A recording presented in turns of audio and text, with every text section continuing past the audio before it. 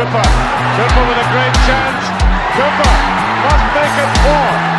He does.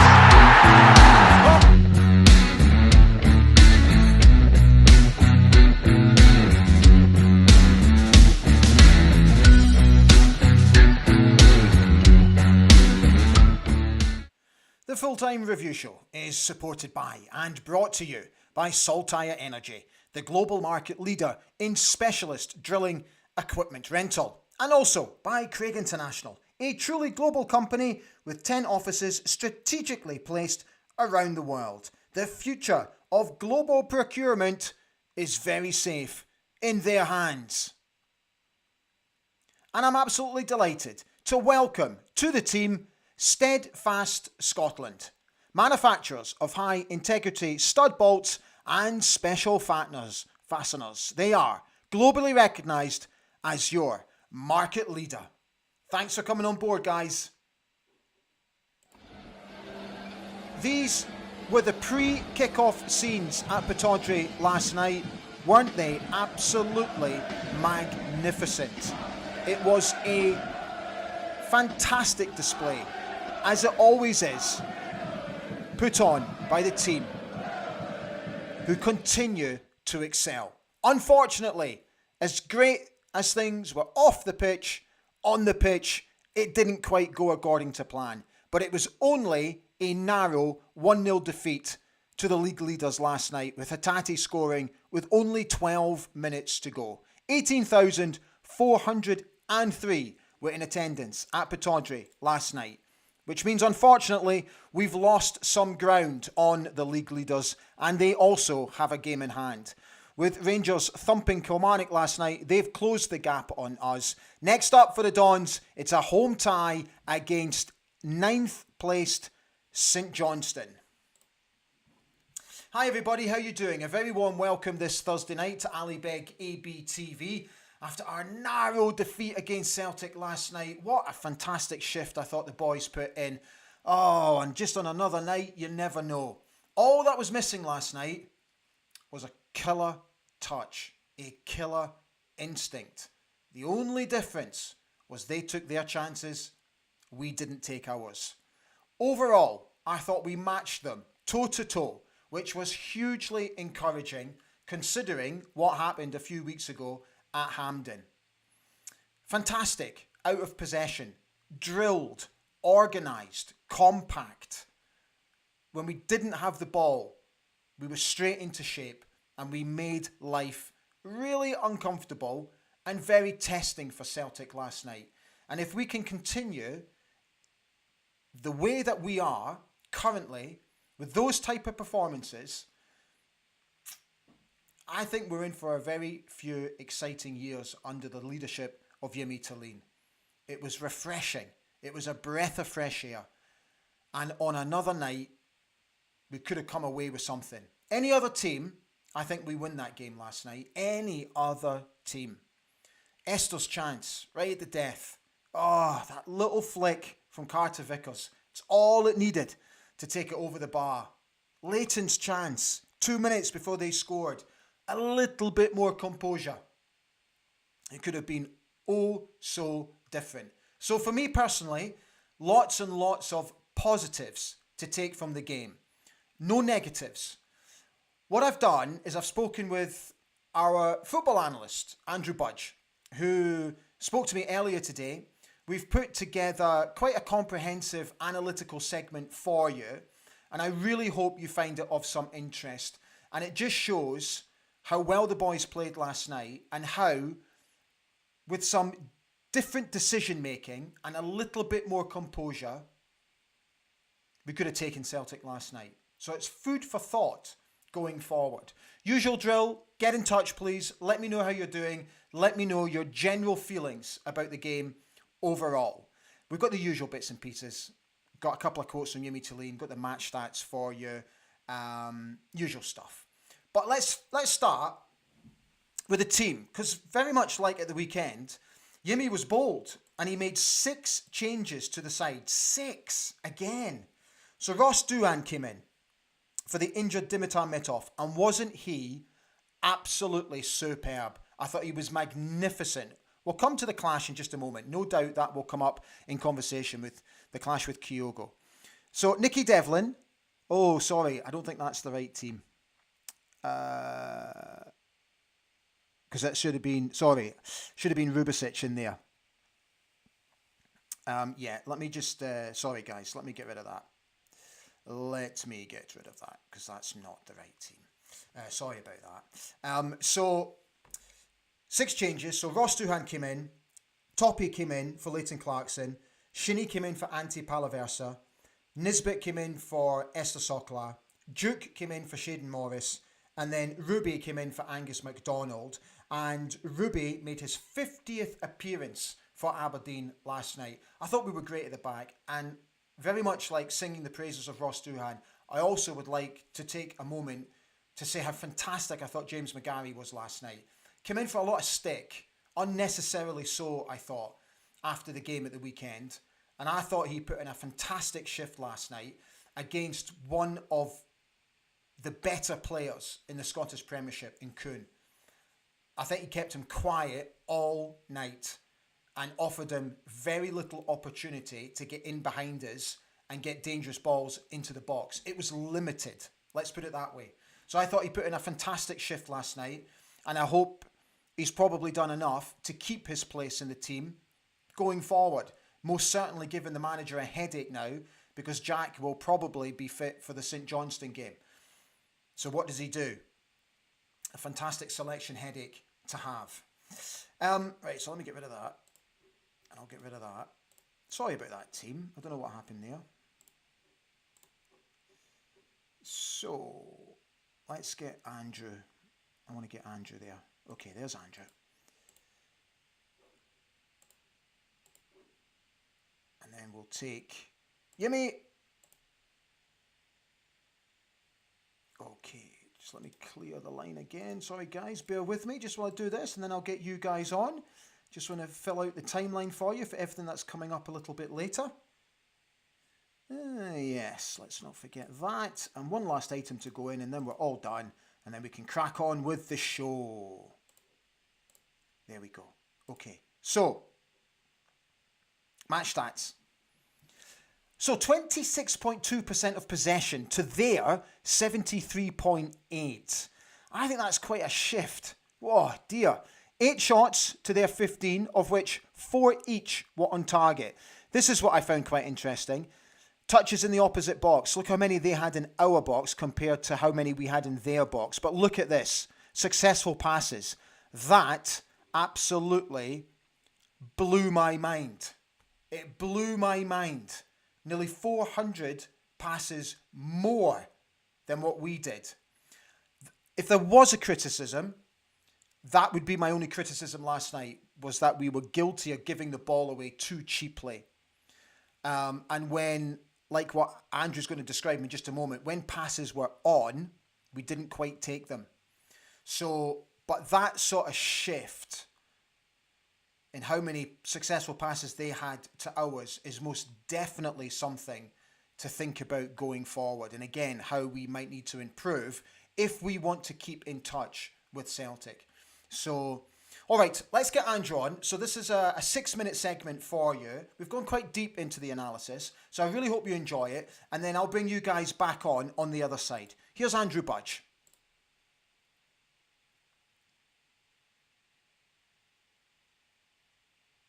Hi Andrew, it's great to see you. Thank you as always for jumping on. We'll get into the analysis in just a moment, but first of all, tell us your general thoughts on last night's performance. Yeah, obviously disappointed to lose the game, but overall, I think it was a pretty encouraging performance, to be honest. Defensively looked really well organised for large spells, and I thought we restricted the opportunities Celtic had. I was looking pretty dangerous on the counter-attack. Both teams had chances, but unfortunately, Celtic converted theirs, but we didn't. And but overall, a lot of positives, I'd say. Okay, let's start by taking a look at Aberdeen's average positions during the game. Why have you picked this graphic out for us to look at? Yeah, so I think it's really interesting, in particular, to see the shape of the team and also how high forward we've pushed a lot of our players, particularly Keskin and Duke. we were really aggressive out of possession, starting a sort of 4-2-4 shape, which we'll come on to, pushing the wingers very high. And what that meant we could do was push the Celtic fullbacks and pin them back quite a lot. So Johnson and Valley didn't have a huge amount of success in the first half. Valley in particular was actually substituted at half times, which shows the sort of impact that we were clearly having, restricting Celtic in their build up. At the same time, though, it leaves a lot of work for Nilsson and Shinnie to do in the middle of the park. But I mean, I thought they did really well, given that both of them were walking a bit of a tightrope, both being on bookings. In the graphic that we bring up, you can see it's just the two of them in midfield. You can clearly see the 4-2-4 structure that we're going for, really pushing high. I'm really encouraged by that. I've highlighted Bernardo and Hatate, the two central midfielders for Celtic. They occupy quite wide positions there next to Shinnie and Nilsson. And what they're trying to do is sort of spread the pitch as much as possible, make a bigger gap between Shinnie and Nelson as possible. So there's passes they can put vertically through those spaces that they create. So it left a lot of work for Shinnie and Nelson, but they did really well. I'd also flag how high our line is in defence, really squeezing the pitch up. You can see the threat of Kyogo in behind, who did look dangerous on the last man, even from the first minute. But overall, I thought it was really encouraging the way we set up. Okay, you've picked out a couple of examples of how important Jamie McGrath's role was, particularly when we were out of possession. Yeah, McGrath, he's on a really, really good player out of possession, really tactically aware. And the past couple of games against Celtic now, we've sort of deployed him in this role to almost man mark McGregor. And where he's not man marking him and trying to press someone, he will close off the passing angle at the same time. So with the example we've got up on screen, Johnson's got the ball, and although he's not directly man marking McGregor, he's blocking that passing angle to him. Which is absolutely crucial because McGregor's the key man in build up. He's the one that drops deepest. He's the sort of single pivot, for else Hatate and Bernardo or Engels, they're the ones that push higher and wider. So he did a really good job of blocking all the passing angles out to McGregor. It's a similar approach actually to the semi-final, where although a heavy defeat in the first 30 minutes, we were really good, I thought, and really restricted Celtic, much like we did last night. Unfortunately, on that day we gave away some silly goals and it all kind of fell apart. But I thought, yeah, McGrath again did a really good job of sort of limiting the impact McGregor had in the game. Even we picked out from the stats 0.18 XG for Celtic in the first half. I don't think you'd have many teams that would restrict them that much in a single half of football. So yeah, really encouraging. Okay, now Celtic, they played quite a high defensive line yesterday. And if Toppy's distribution had been a little bit better on the left-hand side, it might have made all the difference, right?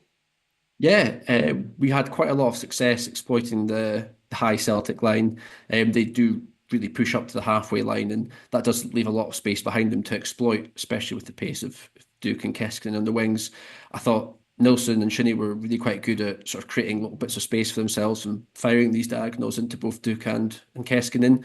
In the examples you brought up, Keskinen's really attacking the back line. He's got either McGrath, Duke, or Nisbet in support. And on another day, if we get the final ball right, we've got really good opportunities to score there. So whilst it is frustrating, again, really encouraging that we were creating those sort of opportunities against Celtic. No, yeah, really good stuff. Yeah. Okay. The last thing we're going to look at is an XG analysis. Can you explain exactly what we're looking at here? Yeah, sure. So what the two lines show us is the XG created cumulatively throughout the game for Celtic and Rangers, or sorry, and Aberdeen. What it shows is the chances that we're creating. The higher it goes up is the higher sort of quality of chance. So you'll see for Aberdeen and for Celtic throughout the game, it kind of was quite even up until, say, 60, 65 minutes. There wasn't a huge amount of opportunities in the game, and you can see we're tracking pretty closely. Towards 70 minutes onward is when Celtic really started to get a foothold in the game and create chances with Johnston, Hatate for the goal, the header for Ida. So that's where you see the sort of disparity between the red and green lines emerge. But then after that, maybe 80 minutes onwards, that's where you see that great chance for Clarkson and for not Clarkson, sorry, for Sockler. So again, it's really quite a tight game. It's about 1 XG for Aberdeen, 1.3, 1.4 for Celtic. It's really, really tight, and I thought it was could have went either way. And like I said at the start, it was just down to the quality of the finishing, as it often does. But yeah, really, really good sort of encouraging signs for future performances, I'd say. Right, Andrew, fantastic as always. Thank you so much for coming on and offering us your analysis tonight. And we'll see you again at the weekend. Yeah, see you then. Thanks, Ali. Thanks, mate. Bye-bye. Bye.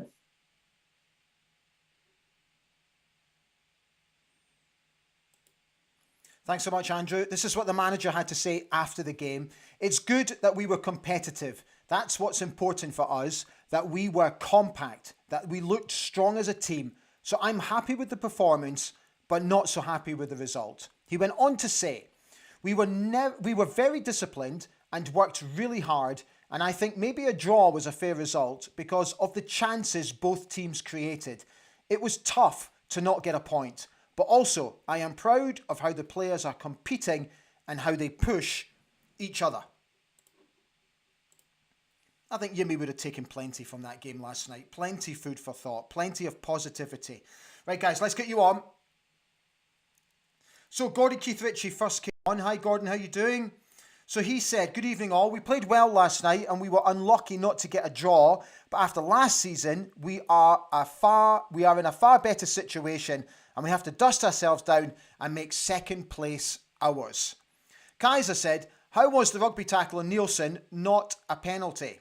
He went on to say, Celtic offered nothing last night. We missed 3 great chances, plus denied a clear penalty that you're ever likely to see. Paul Hannon is on. Hi, Paul. How you doing? Paul, I've dropped you an email, fella. I've dropped you an email. He says, can't help but think the so-called 50-50 with Kyogo on Duhan would have been red if roles had been reversed. Also, penalty all day on Nielsen, again, if roles had been reversed. Kaiser also said there was a shocking challenge on Duhan, which went unpunished. Why? Okay, so let's address it. First and foremost, I agree.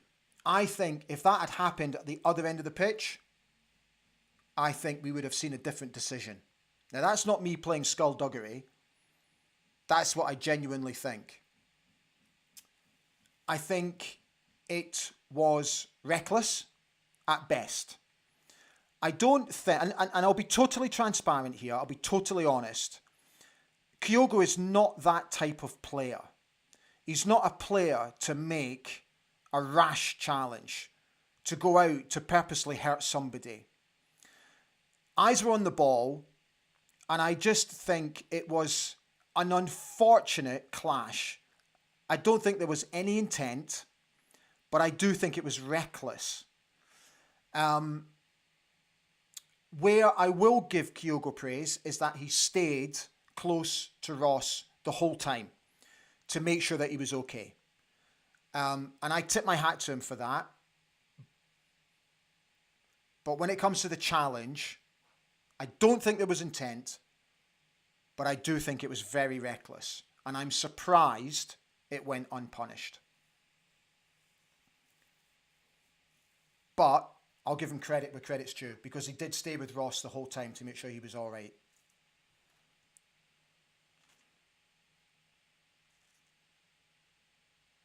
Paul Hannon, he came back to say, also have to say, amazing turnout considering the weather. Never felt so soaked, but the turnout and the support was another level. Absolutely love this club. The display was amazing, absolutely amazing. From the work that everybody behind the scenes put in, the financial commitment that people are making to get these displays on as well.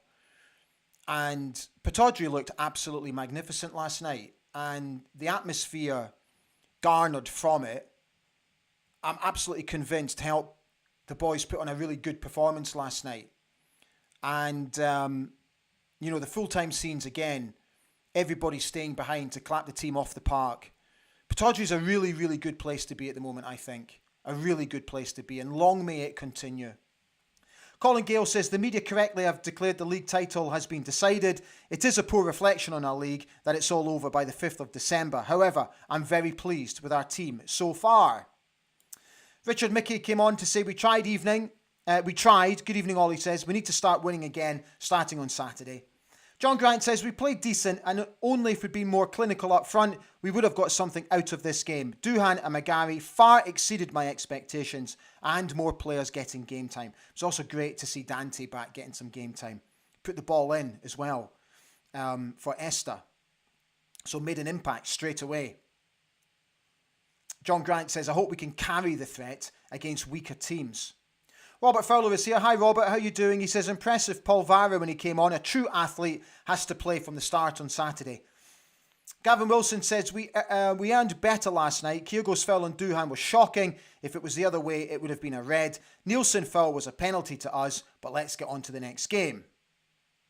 Colin came back to say, I nearly forgot that McGarry was there, which is a compliment as he got on with his job and put in an excellent shift. Very impressed with Doohan as well.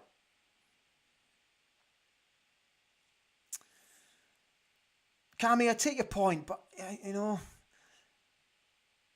So what Cammy has said is basically that Kyogo incident, I think he knows exactly what he's doing there with the knee in the head. I'm not sure, mate. I'm not sure. I'm not defending the challenge. I'm not. All I'm saying is I don't think he's that type of player that would intentionally go out to hurt somebody like that. Paul Donaldson saying, good evening, Dandies. Agree with Kaiser. The ref had a shocker. Nielsen being pulled down in the box looked clear all day. Kyogo was reckless rather than malicious, but for me, it was a yellow card. Cammy's coming back to ask, what's up with Palaversa? Yeah, I did wonder that last night.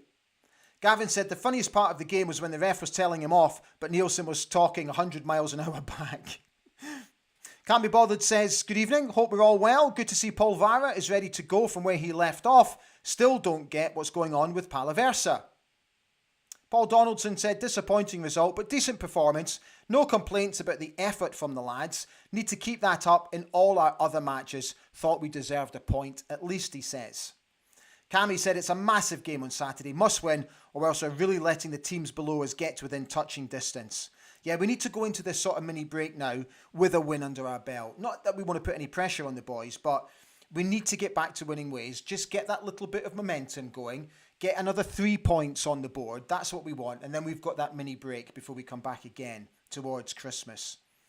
Simon says, great performance last night. Deserved a draw at least. Not sure why Kyogo never even got a booking for the rugby challenge on Doohan.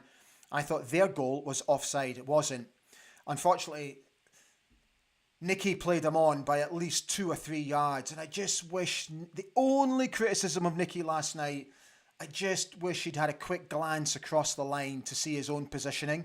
Because when the boy Taylor chipped it over, he was a good couple of yards behind his own defensive line, which played Hatate on, unfortunately. So he wasn't offside, mate.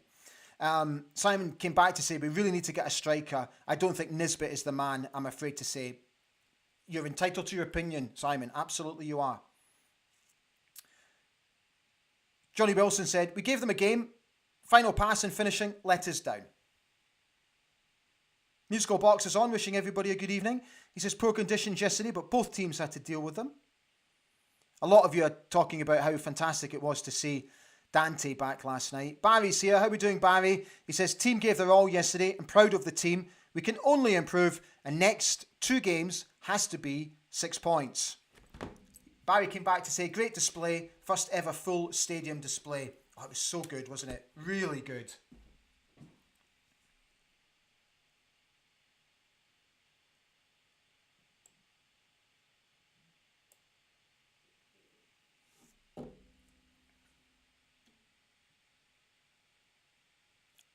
Andrew, again, sorry, just for the pause there. A lot of you are talking about how well Ross Doohan played. So many. Jude, you commented on it. Andrew Murray, you're commenting on it. How well that he played. Musical Box said, impressive performance, but we do need more cutting edge, I think. Hurry up and heal Pape. David Swinton says, we were well worthy of a point, as you say, Ali. Difference was the finishing. We changed our style of play and matched Celtic. David Gold Rally Vid said, good evening, Dandies. Good performance last night. Undone by a bit of class. Deputy Doohan was very good. McGarry looked decent. We had good shape. Dave B said, I think Leighton Clarkson's chance was the best chance when it was still 0-0. He should have taken it, then shot. He snatched it. I agree. That's why I said it just needed composure.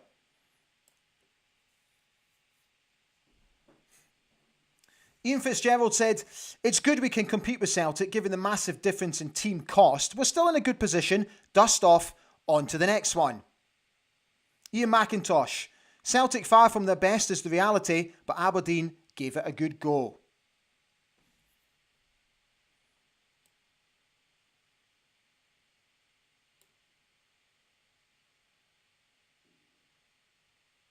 Delighted you're enjoying the channel, Ian. Thank you so much, mate.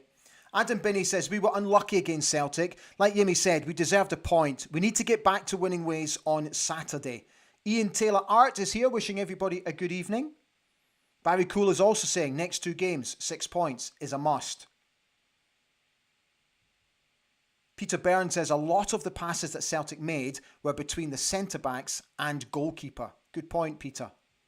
Ian Byron says, good performance considering the awful weather. We gave them a decent game and it shows the fire is still there.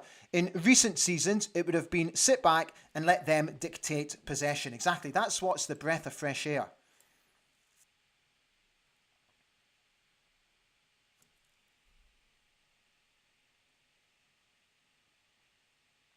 Bruce Struthers said, more like it last night with shape, tactics, being up for it. Just needed a bit more composure going forward.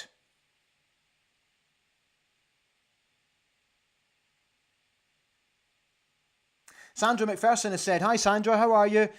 I was soaking and cold, but who cares? Lads were brilliant last night. Special shout out to Doohan and McGarry, and I thought we deserved at least a draw. Bruce Struthers, like 2 or 3 others of you, have said, I just wish Duke would stay on his feet and forget about the Klinsmann-style dives. Waste so many attacks when good chances are on.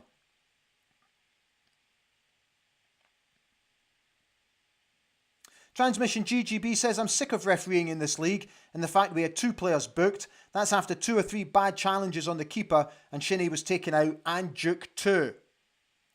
Bruce Struthers makes a good point. Just like the comment before, he says, don't get hung up on possession figures. Celtic had more sideways passes than a Paul McStay Scotland performance. John Helmsley says he was chuffed with the display. Only criticism is the hesitancy, decision-making in executing telling passes in the final third. Also failing to be quick enough in closing down in the final third. Sheep on Fire says, good game yesterday. Duke needs to stop diving and stay on his feet. Definitely think there were some dodgy decisions from the ref. Right, we'll get back to these comments in just a moment, but don't forget, we're not done this week yet. Got plenty still coming up. So tomorrow, we've got countdown to kickoff ahead of the St Johnstone game. We've got a very special guest coming on as well to talk about Aberdeen inspired. And then on Sunday, we'll be back for the full-time review show, where hopefully we'll be chatting about a victory for the Dons. And don't forget, guys, if you're enjoying the show tonight, can I ask for your help, please?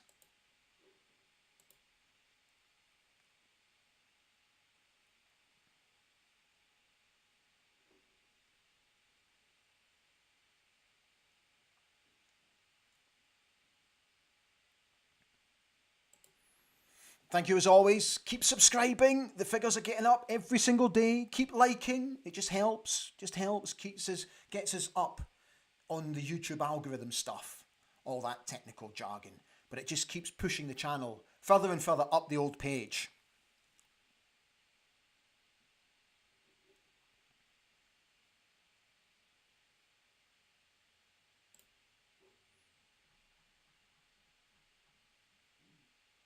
Ian McIntosh has said, I'm always impressed with how Aberdeen subs immediately affect the game. Musical Box is also saying, please hit like. Barry Cooler said, Palaversa to start for Nielsen on Saturday. All Night Mike has said, league is definitely over. Let's be realistic. Yeah.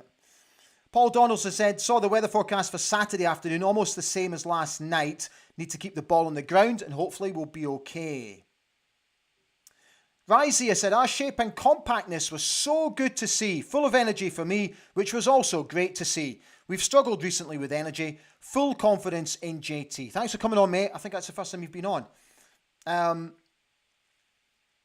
Ooh, Barry Cole says he saw a post on Facebook where a fan was chatting to Pappy, and Pappy said he's hoping to be back for the Rangers game in mid-January.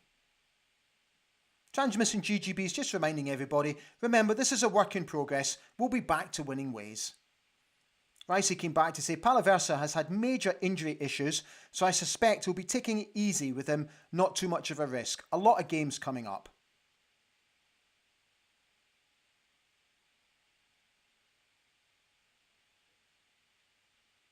Interesting. Dave B says, I think Kyogo was playing for a penalty. He thought he could get a toe on the ball, then Duhan would take him out. Barry Cole is suggesting that the mini break would actually do us the world of good. Musical Box says, Jimmy T sees Palaversa every day in training. If he isn't playing, there will be a reason.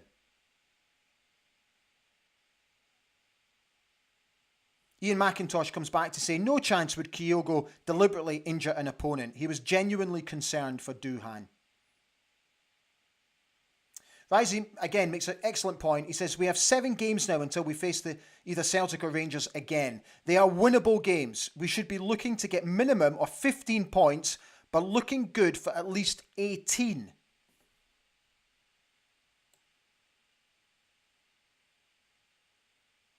Bruce Struthers has said, let's now concentrate on staying above Sevco and get second place. That and a Scottish Cup win, and the season is classed as epic.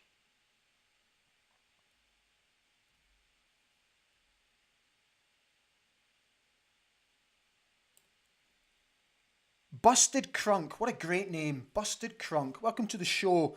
He said, loving the analysis segments, Ali. I really think they could be longer, though. It's very good and interesting. Okay, mate, I'm delighted that you're enjoying it. Yeah, it's a work in progress. Andrew and I are just going to be... We're going to continue to look at it and see how we can develop it and just sort of let it grow organically and naturally. But I'm absolutely delighted that you're enjoying it so far. What a good addition Andrew is, eh? Barry Cole says, a great point, Barry. He says, the fans are along for the journey and we're loving it.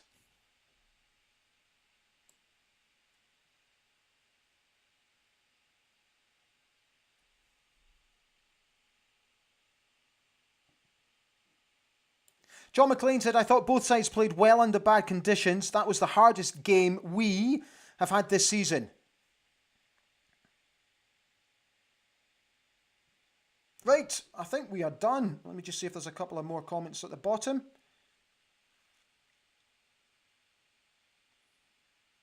Cammy's coming on and asking, is Nielsen definitely suspended for Saturday? He is, unfortunately. Thank you, Barry, for replying to him.